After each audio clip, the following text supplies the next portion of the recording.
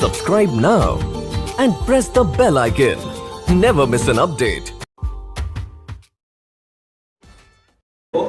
आज हम लोग बहुत ही इंपॉर्टेंट टॉपिक देखेंगे, compare of EMF of two cells by potentiometer. यानी विभव मापी की सहायता से दो सेलों के विद्युत भागफल की तुलना करना। ठीक है, अब ध्यान दीजिएगा। सबसे पहले एक पोटेंशियोमीटर बना लीजिए। देखिए, पोटेंशियोमीटर में एक 10 मीटर लंबा तार होता है और इसमें श्रेणी क्रम में एक बैटरी, एक प्लग की के यानी कुंजी, एक धारा नियंत्रक रेजिस्टेंस, इसका सिंबल क्या होगा आरएच, और एक ए मीटर को श्रेणी क्रम में ए और बी के बीच जोड़ दिया जाता है। ये पोटेंशियोमीटर हो गया। ये पोटेंशियोमीटर का प्लस टर्मिनल है और ये माइनस बैटरी का। और इसकी सहायता से ये पोटेंशियोमीटर का जो डायग्राम बन गया है, इसकी सहायता से हम लोग को दो सेल के विद्युत वाहक बल का तुलना करना। अब मान लीजिए कि मेरे पास दो सेल है। एक सेल का ईएमएफ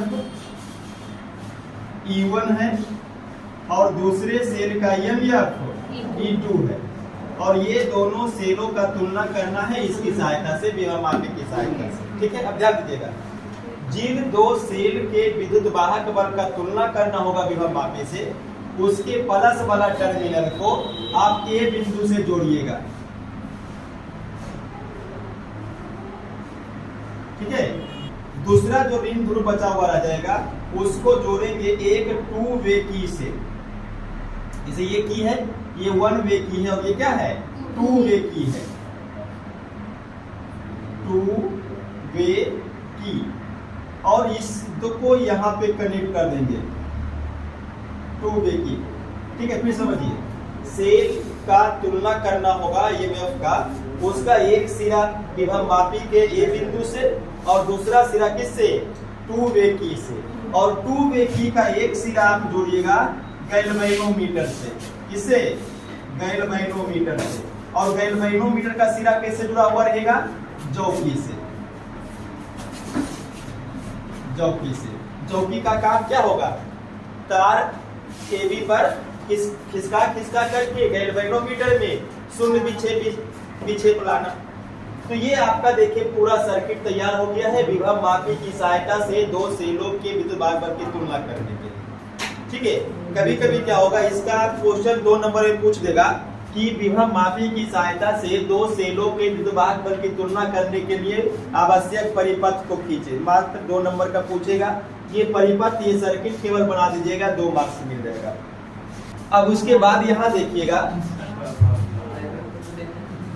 यहाँ पर दो सेल है, एक E1 विद्युत भागफल वाला और एक E2 विद्युत भागफल वाला। बारी बारी से क्या करना है कि टू वे की सहायता से, इससे टू वे की जो लगा हुआ है उसकी सहायता से बारी बारी से दोनों को परिपथ के संपर्क में लाना। जैसे मान लीजिए हम क्या करते हैं कि E2 वाला को ओपन कर देते हैं, यहाँ से छोड़ा देते हैं, टू वे की से बाहर कर देते हैं। अब इसमें कोई भी करंट सप्लाई नहीं है। अब मेन सर्किट में कौन कनेक्ट है? E1। तो सबसे पहले क्या करेंगे, E1 वाला जो सेल है इसको टू वे की सहायता से परिपथ के संपर्क में लाएं। अब यहाँ पर करंट सप्लाई हो रहा। अब गैल्वेनोमीटर को हम खिसका करके गैल्वेनोमीटर में शून्य विक्षेप का स्थिति लाएं। इसे मान लीजिए कि अभी इस बिंदु पर ये D कोई बिंदु है और यहाँ से यहाँ का लंबाई L1 है, और इस लंबाई पर हम देखते हैं कि गैल्वेनोमीटर में कोई भी धारा प्रवाहित नहीं हो रहा है। इसका मतलब क्या है? इसका मतलब है कि A से D का जो पोटेंशियल डिफरेंस होगा और E1 का जो विद्युत वाहक बल होगा, दोनों क्या हो गया है? बराबर। जब वोल्टेज बराबर हो जाएगा तो करंट प्रवाहित नहीं होगा। और यहाँ हम देखते हैं कि गैल्वेनोमीटर में कोई धारा प्रवाहित नहीं हो रहा है। इसका मतलब समझ जाइए कि A से D और ये जो परिपथ के संपर्क में आया हुआ सेल का विद्युत वाहक बल, दोनों क्या हो चुका है? बराबर। तो यहाँ पर हम नोट कर लीजिए, सर्वप्रथम टू वे की सहायता से E1 विद्युत वाहक बल वाले सेल को परिपथ के संपर्क में लाया जाता है तथा गैल्वेनोमीटर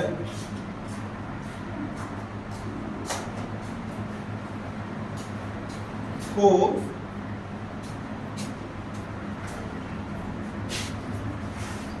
खिसकाकर गैल्वेनोमीटर नहीं, चौकी को खिसकाकर गैल्वेनोमीटर में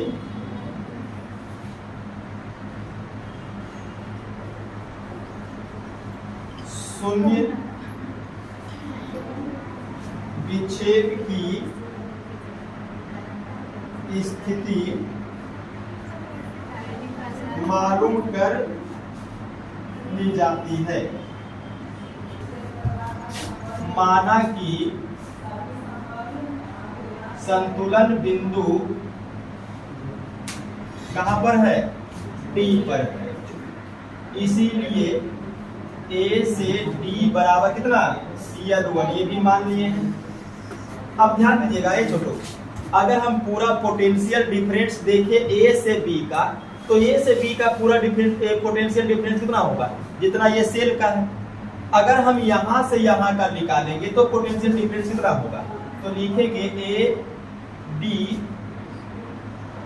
ए और डी बिंदु के बीच का विद्युत वाहक बल। अब समझिए, जब गैल्वेनोमीटर में शून्य विक्षेप आ चुका है, इसमें कोई भी धारा प्रवाहित नहीं हो रहा है, इसका मतलब है कि ए से डी का पोटेंशियल डिफरेंस विद्युत वाहक बल वही होगा जो सेल का विद्युत वाहक बल होगा। तो सेल का विद्युत वाहक बल कितना है? E1। और अगर हम फॉर्मूला से यहाँ का वोल्टेज निकालें, तब वो निकलेगा I इंटू रहो L1। इसको कर दीजिएगा समीकरण 1। क्लियर? अच्छा, ये वाला चीज आप देखिएगा, जो पोटेंशियोमीटर सबसे पहला दिन बताया था उसमें ये बताया हुआ था कि कैसे रगोजल आता है। ठीक है, अब इसी प्रकार देखिए, पहला केस में हमने क्या किया कि टू वे की सहायता से E1 वाला को क्लोज कर दिया और E2 को क्या कर दिया? ओपन। मतलब अब कौन परिपथ में है? E1। अब दूसरा केस क्या करना है कि E1 को क्लोज करते ओपन कर दीजिए, बाहर निकाल दीजिए, और E2 वाला को अब क्लोज मिलाइए, सर्किट मिलाइए। तो ऐसा करने से क्या होगा? देखिए, अब E2 विद्युत वाहक बल वाले सेल को टू वे की सहायता से परिपथ के संपर्क में लाते हैं। अब देखिए, E2 वाला को परिपथ के संपर्क में लाए हैं। अब E2 वाला से करंट सप्लाई होगा। कहां से कहां करंट सप्लाई होगा? अगर यहां से यहां का पोटेंशियल ज्यादा है, यहां का कम है, तो इधर से सप्लाई होगा। अगर यहां का विद्युत वाहक बल ज्यादा होगा तो करंट सप्लाई यहां से होगा। अब हम क्या करेंगे कि फिर से चौकी को खिसकाएंगे। चौकी को खिसका करके चौकी को खिसका कर गैल्वेनो मीटर में शून्य विक्षेप की स्थिति प्राप्त करते हैं। ठीक है, अब चौकी को खिसकाना शुरू करेंगे, क्योंकि अब देखिए E2 वाला से करंट प्रवाहित होना शुरू हो जाएगा। अब हम क्या करते हैं, मान लीजिए कि चौकी को पीछे या आगे करके देखते हैं, इसको हम यहाँ पे ले आए। कहाँ पे लाए? D डैश पे। जैसे ही D डैश पर लाए, हम देख लिए कि गैल्वेनोमीटर का कांटा हिल नहीं रहा, रुक गया। इसका मतलब है कि हमको वो बिंदु मिल गया है, संतुलन बिंदु, जहां पर गैल्वेनोमीटर में कोई धारा प्रवाहित नहीं हो रहा है। फिर हम लंबाई को नाप लेते हैं कि A से D का लंबाई कितना है। तो A से D डैश का लंबाई L2 है। यहाँ पर फिर लिख लीजिएगा, माना कि संतुलन बिंदु D डैश पर है। कहां पर है? D डी डैश पर। इसीलिए ए डी डैश का लंबाई कितना मान लिए हैं, L2। फिर कर दीजिएगा ए और डी डैश के बीच का विद्युत वाहक बल E2 बराबर कितना हो जाएगा, फॉर्मूला आई कांस्टेंट, रहो कांस्टेंट, लंबाई बदल गया कितना, L1 से L2। समीकरण 2। हम लोग करना क्या है, दोनों सेलों का जो ईएमएफ है उसका तुलना करना। एक सेल का ईएमएफ E1 आई रहो L1 आ गया, एक सेल का ईएमएफ E2 आई रहो L2 आ गया। अब तुलना करने के लिए क्या करिएगा, दोनों को डिवाइड कर दीजिए। तो लिखेंगे समीकरण 1 डिवाइड 2 करने पर एक का कितना है देखो, तो E1 डिवाइड करना है 2 तो E2।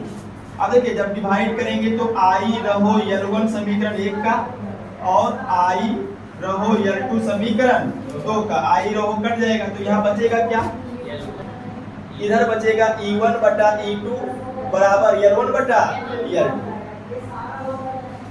अब दोनों देखिए, दोनों संतुलन बिंदु का लंबाई नाप लीजिए, L1 और L2 बटा में कर दीजिए, दोनों का तुलना हो जाएगा। जैसे मान लीजिए कि L1 आया होगा 7 पर और L2 आया होगा 8 पर, तो तुलना हो गया 7 बटा 8, यानी E1 और E2 का रिलेशन क्या है, एक वो 7 का है तो एक वो 8 वोल्ट का है, हो गया तुलना। अच्छा इसमें भी स्पेशल केस आ सकता है, यदि दोनों सेल में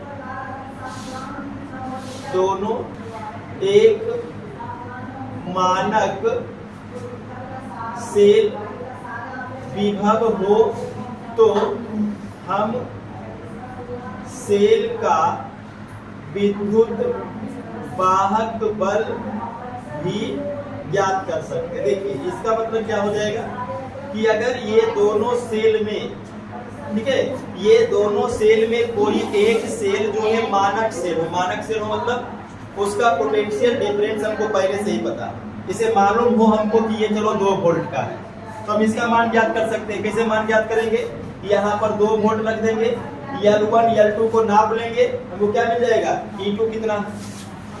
अगर हमको E2 ही मालूम हो, चलो E2 मालूम हो कि चलो ये E2 मालूम हो कि चलो ये 6 वोल्ट का है, अब यहाँ हम 6 रख देंगे, L1 L को नाप लेंगे, किसका मालूम हो जाएगा, E1। तो 2 सेल में से अगर एक सेल का ईएमएफ हमको पहले से पता, तो दूसरा सेल का ईएमएफ भी हम ज्ञात कर सकते हैं, किसकी सहायता से, पोटेंशियोमीटर की सहायता। फॉर्मूला वही रहेगा, E1 बटा E2 बराबर L1 बटा L। ये आपका हो गया विभव मापी की सहायता से 2 सेलों के बीच भागफल का। क्लियर।